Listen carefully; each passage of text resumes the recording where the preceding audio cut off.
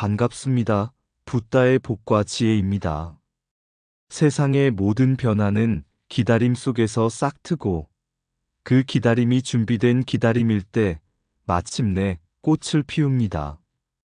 부처님께서 말씀하신 인욕, 그 인내의 지혜는 세월을 견디는 힘이며 깨달음을 향한 여정의 가장 깊은 밑거름입니다.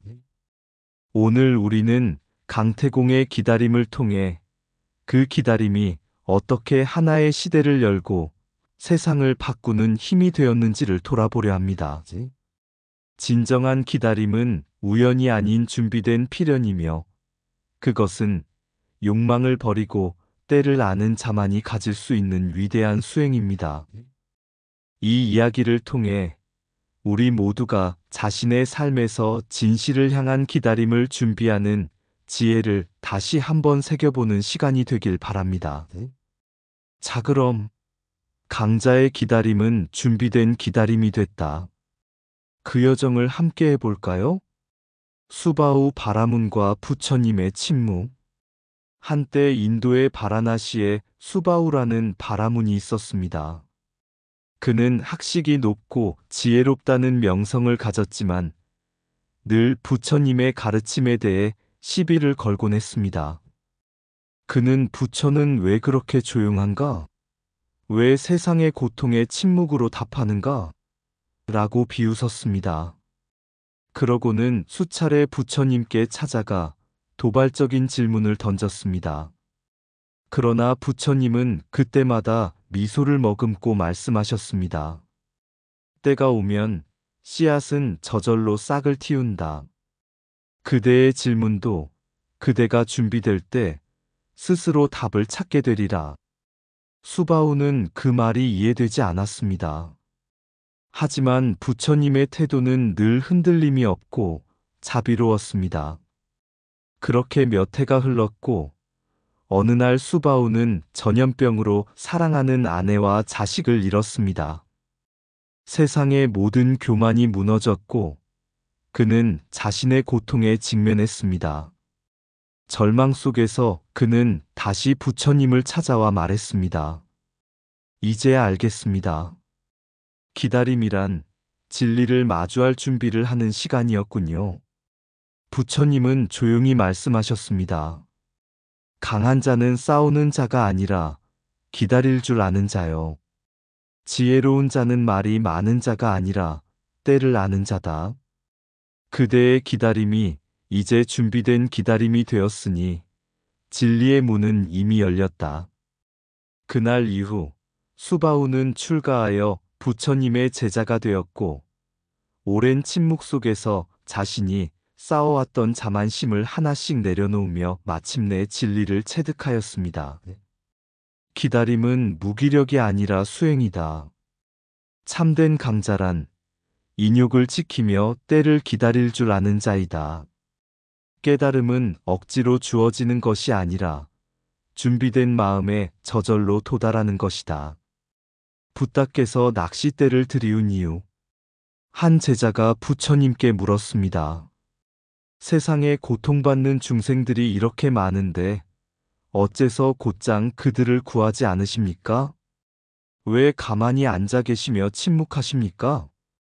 부처님은 조용히 미소 지으며 대답하셨습니다. 강가에 낚시하는 노인이 있었다. 그의 바늘은 곱고 미끼도 없었다. 그는 고기를 잡지 않았고 다만 세월을 기다리고 있었지. 그 기다림은 텅 빈 것이 아니라 인욕과 지혜로 가득한 기다림이었다. 제자는 이해하지 못하고 다시 묻습니다. 그게 어찌 구제입니까? 그저 방관 아닌가요? 부처님은 손을 들어 보리수 나무를 가리키며 말씀하셨습니다. 보아라. 나도 깨달음을 얻기까지 오랜 세월을 묵묵히 앉아 있었노라. 모든 것은 인연이 성숙해야 한다. 때가 되지 않은 구제는 억지요. 도리어 중생을 더 아프게 한다. 진정한 구제는 준비된 기다림 속에서 이루어진다. 나는 그들이 스스로 나아올 수 있을 때를 기다리는 것이다. 그때 나는 일어날 것이고 말할 것이며 건널 것이다. 그 말씀을 들은 제자는 깊이 고개를 숙이며 말했습니다. 이제야 알겠습니다. 기다림은 무의가 아니라 자비와 지혜의 가장 큰 실천이었군요. 진정한 힘은 조급함이 아니라 인욕 속에 있다. 때를 아는 자는 침묵으로도 가르친다. 부처님은 언제나 기다리신다. 중생의 마음이 열릴 그 순간까지. 강태공이 곧은 낚싯바늘로 세월을 낚았듯 부처님 또한 고통을 덜어주고자 조급하게 덤비지 않으셨습니다. 그 기다림은 단순한 시간이 아니라 중생이 스스로 고통의 원인을 자각할 때까지 인육과 자비로 지켜보는 시간이었습니다. 강태공이 주 무왕을 도와 천하를 평정한 것처럼 부처님은 자신의 때가 오자 한마디 말씀 없이 마라마귀의 유혹을 물리치고 보리수 아래서 깨달음을 얻어 중생의 마음을 낚는 법의 사령관이 되신 분이었습니다. 때를 아는 기다림은 이미 자비의 실천이다. 고요히 머무는 자는 세상을 움직일 준비를 마친 자다. 세속은 급하나 진리는 서두르지 않는다. 곧은 바늘로 세월을 낚듯 참된 지혜는 욕심 없이 흐른다. 고기를 낚는 자는 허기를 채우고 마음을 낚는 자는 세상을 살린다. 기다림은 행동이 아니라고 생각하는 이는 아직 무지를 낚지 못한 자다. 참된 구제는 기다림에서 시작된다. 중생은 소리를 원하나 부처는 침묵으로 답한다. 때를 모르면 자비도 칼이 된다. 깨달음은 타이밍의 자비다. 비우는 자만이 인연의 물결을 담을 수 있다. 중도는 지나침도 부족함도 아닌 인내 속의 완성이다. 미끼 없는 낚시는 탐욕을 끄는 수행이다. 말을 아끼는 이는 세상을 크게 움직일 준비를 하는 이다. 묵묵한 기다림 속에 법은 이미 흐르고 있다. 부처는 중생을 부르지 않는다. 그들이 다가올 때까지 문을 열어둘 뿐이다. 돌을 던지는 자와 꽃을 건네는 자. 한 제자가 부처님께 물었습니다. 세상은 불공평합니다. 착한 이가 해를 입고 악한 이가 권력을 잡습니다. 그럴 때 우리는 왜 참아야 하나요? 왜 기다려야 합니까? 부처님은 조용히 말씀하셨습니다. 그대는 손에 꽃을 들고 있다면 돌을 던지는 자에게 어떻게 하겠는가? 제자는 잠시 망설이다가 말합니다. 꽃을 버리고 돌을 집어 던질지도 모르겠습니다.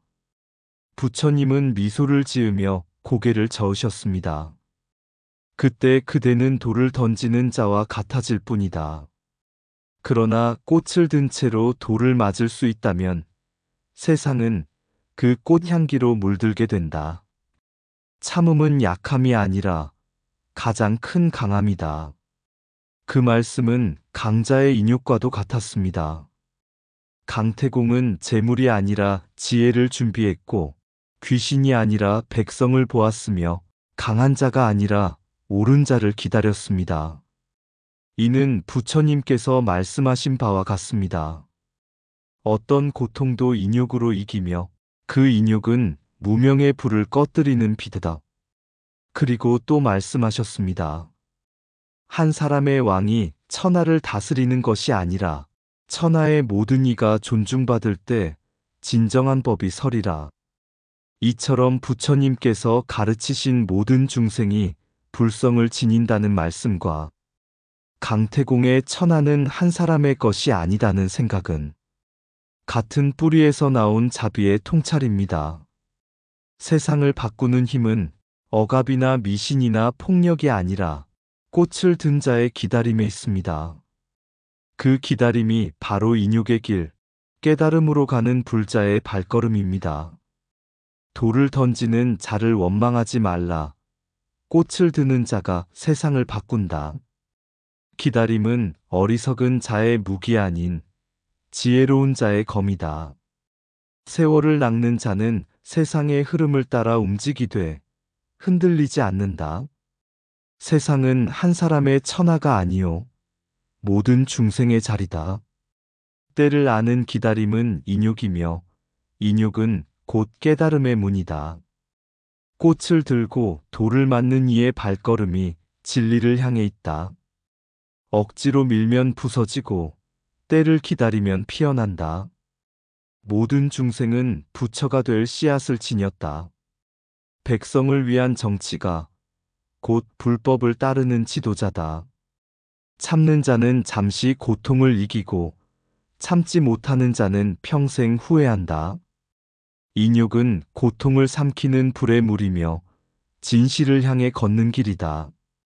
욕을 욕으로 갚으면 불은 불로 번지지만 침묵은 불을 꺼뜨린다.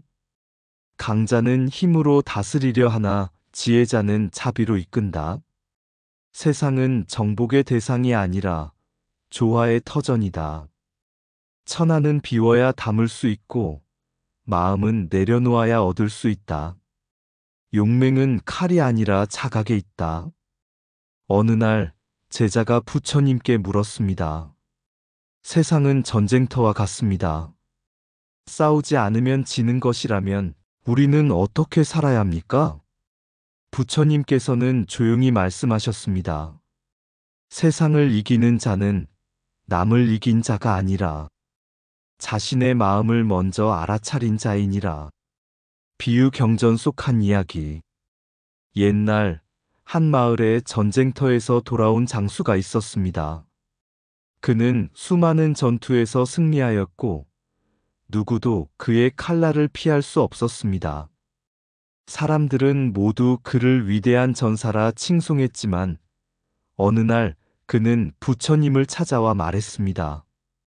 세상을 정복했으나 마음의 평화는 없습니다. 저는 무엇을 잘못한 것입니까? 부처님은 그를 바라보며 이렇게 말하셨습니다.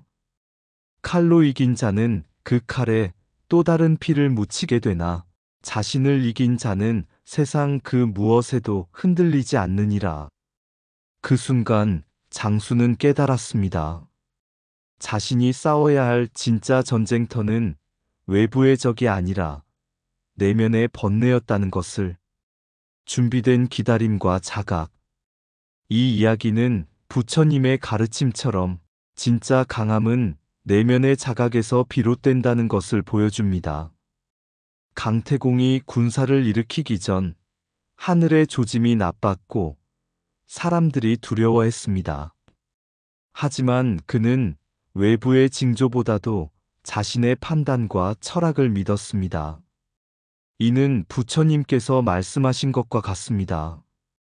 외부의 세계를 보지 말고 먼저 너의 마음을 깨달으라. 그가 말한 미신이 대업을 방해할 수 없다는 결단은 바로 자각과 지혜의 실천이었습니다. 미신을 따르지 않고 자기 자신을 따르는 것. 그것이 진짜 수행자의 마음이고 위대한 정치가의 길이며 또한 불자의 바른 행입니다. 준비된 기다림은 인욕이며 자신을 아는 것은 지혜이며 때를 보는 것은 자각이며 대중과 함께하는 것은 자비입니다.